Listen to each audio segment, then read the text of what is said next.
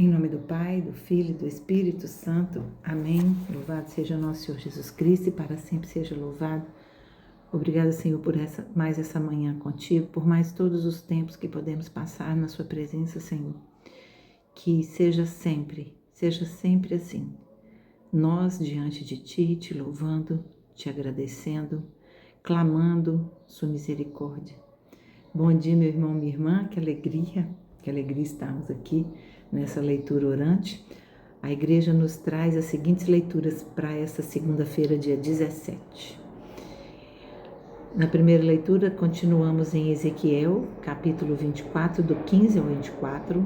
O salmo está em Deuteronômio 32, 18, 19, 20 e 21. E a resposta do salmo é: esqueceram o Deus que os gerou. Esqueceram o Deus que os gerou. Em Mateus está em 19, do 16 ao 22. E o Espírito Santo nos reforça, o que tem nos reforçado muito nessas leituras de Ezequiel e no Evangelho dessas semanas. Coloque Deus no centro. Coloque Deus no centro. E é surpreendente o que Deus faz e como a igreja delicadamente junta tudo para nos exortar. Exortar é uma correção com amor, né? Então, na primeira leitura, o profeta Ezequiel vai nos contar sobre a morte da sua esposa. E aí, então Deus tira de Ezequiel sua querida esposa. Ezequiel, ele prefigura aquele povo, ele está mostrando, né, para aquele povo o que é ter, o que é perder. E então ele tira a sua esposa tão querida, e a palavra faz uma descrição de qualidades dessa esposa. E aí Deus, ele vai representar no que vem daqui para frente, exatamente como aconteceu em outras leituras, né, da semana que passou. Deus vai representar na vida de Ezequiel algo que o povo viveria. E aí então Deus fala com ele, né, que vai tirar a sua esposa, e aí Deus manda que ele não cumpra os ritos de luto daquela época. Os ritos de luto era, por exemplo, andar descalço, e Deus manda que ele ande calçado, cobrir a barba, e Deus manda que ele não cubra a barba, e uma série de coisas que demonstram que aquela pessoa está de luto, né? Quando olham, está de luto. E aí ele fez isso após a morte da sua esposa, e o povo que estava ali perto dele perguntou: o que significa esse seu comportamento? Mas tudo como Deus queria que acontecesse, né? E aí ele fala para o povo que Deus me disse, né, que o templo dele seria violado e que as pessoas não mais se importariam, elas não se lamentariam com a violação do templo, com a perda do templo que era morada do próprio Deus. E as pessoas não se importariam, e elas demonstrariam com a vida dela que elas não estavam se importando, tendo práticas contra a cultura e a religião deles, tendo práticas perversas, mundanas, e essas práticas demonstrariam essa indiferença ao amor de Deus. Ou seja, por mais que eles estivessem, por mais que eles se mantessem nos ritos, o exemplo de vida estava fora dos ritos. Os ritos por si só estavam vazios, né? Então as coisas de Deus, elas não podem ocupar o lugar do próprio Deus. Então, o que Deus está dizendo aqui com esse luto de Ezequiel? Que não adianta eu passar pelos ritos, porque se eu não viver verdadeiramente, no caso ali de Ezequiel, o luto, mas Deus queria que Ezequiel representasse isso que ele queria dizer ao povo. Não adianta vocês cumprirem as regras do templo, as coisas, não adianta você valorizar as coisas e esquecer da essência. Um exemplo, uma fruta, ela em si carrega muita coisa, mas quando ela entra no nosso corpo, a essência dela que fica são suas vitaminas, os nutrientes, né? Então, eu não posso simplesmente olhar para a maçã e tudo que eu fizer é em torno da maçã. Eu também preciso ter a consciência do que ela, da essência dela. Então, não adianta todos os rituais visíveis. O que verdadeiramente importa é se Deus está no centro de todas as práticas da minha vida. Então, novamente, Deus manda Ezequiel representar o que o povo iria passar. Com o exílio que eles viviam na Babilônia,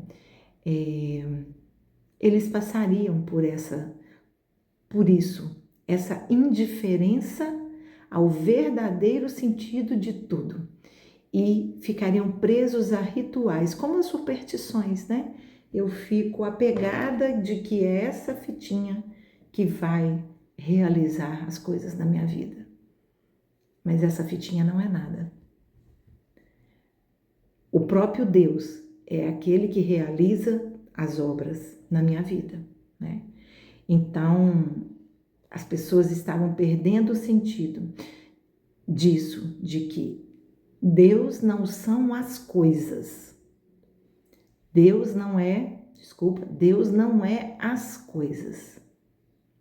As coisas existem em razão da essencialidade da nossa fé, que é Deus. E o Evangelho também vai nos dizer isso, com a passagem do jovem rico. É uma passagem bem conhecida, mas a gente vai pegando partes dele, né? Um jovem que pergunta para Jesus: Mestre, o que eu devo fazer de bom para ter a vida eterna? Né? E Jesus fala: observar os mandamentos. Tem mais diálogos, né? Vocês vão recorrer à leitura. Obedecer os mandamentos. Aí ele fala: mas eu já observo tudo desde criança. Eu já já cumpro os mandamentos desde criança. E aí ele ainda pergunta: o que é que me falta? Queres ser perfeito? Olha que Jesus está nos dizendo o caminho da perfeição.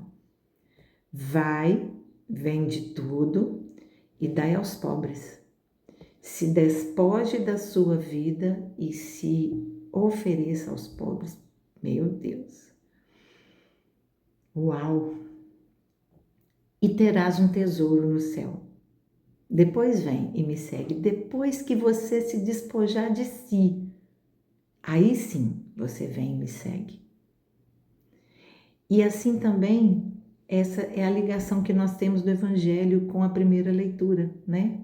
É bom caminhar com Deus, mas eu não posso me vangloriar por isso. O jovem rico, ele foi embora triste, porque ele observava as regras.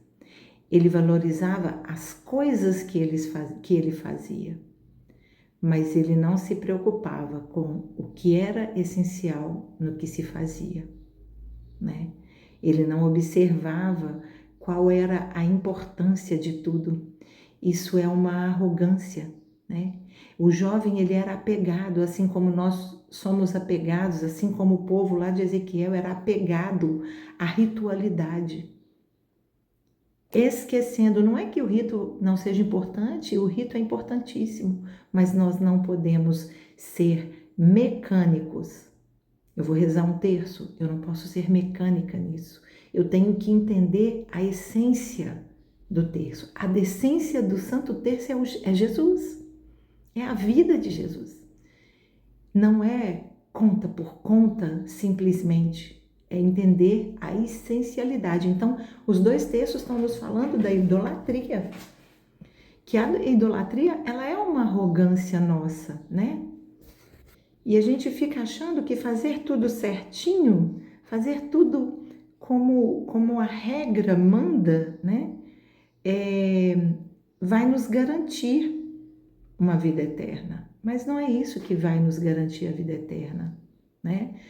Tanto Ezequiel quanto a passagem do jovem rico, Deus nos fala, né?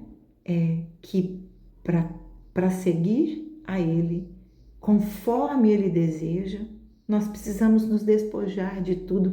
Enquanto eu estava fazendo esse estudo, eu me lembrei da figueira, a figueira que não dava frutos, né? Quando Jesus passa com os discípulos e a figueira está toda cheia de folhas, mas não tem fruto.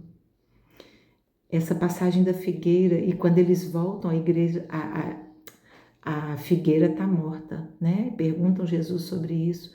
Essa passagem vai nos dizer que essa obra vazia, ela é morta. A fé sem obra é morta e a obra sem fé também. Não adianta aparecer que eu caminho com Deus, que eu estou vistosa e bonita como a figueira, se eu não der frutos.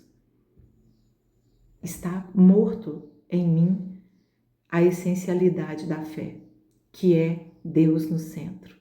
Uau, que isso é muito bonito. Meu Deus do céu. Cumprir os rituais sem que Deus seja o nosso objetivo é uma fé sem obra. Eu não quero obra sem fé.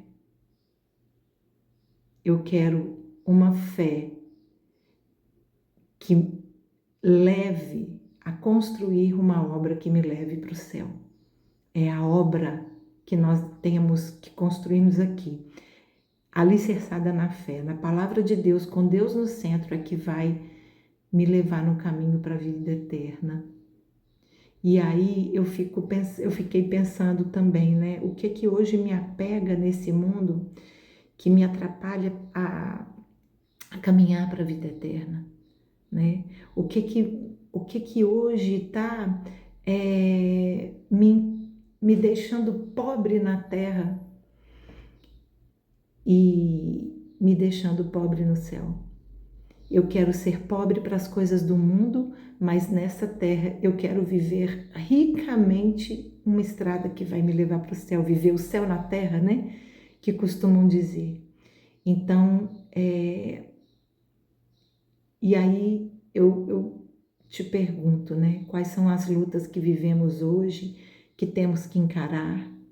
São lutas que, quando eu acho que a obra é minha, né? Que a gente sempre fala que o império do ego me engana, né? E me faz achar que sou eu que consigo.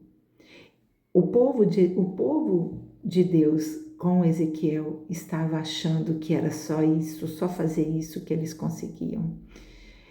E o jovem rico também achava que era só cumprir os mandamentos certinho, que estava tudo garantido. Não é assim.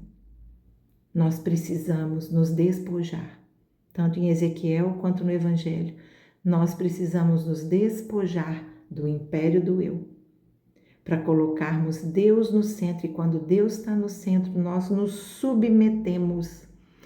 Nós precisamos entender o valor da submissão. É uma palavra que dói muito nas vaidades dos dias de hoje. Mas a submissão é estar sob a missão. Eu estou sob a missão de Deus. Então, essas lutas que nós devemos encarar com honestidade, elas são lutas que vão nos levar para o céu. E que a gente não faça como a resposta do Salmo: esqueceram o Deus que o gerou. Que nós não esqueçamos que o motivo de tudo é Deus. É tudo por Ele, para Ele, com Ele Uau, que palavra bonita! Louvado seja nosso Senhor Jesus Cristo e para sempre seja louvado. Em nome do Pai, do Filho e do Espírito Santo. Amém. Nossa Senhora de Lourdes, rogai por nós. Quem como Deus? Ninguém.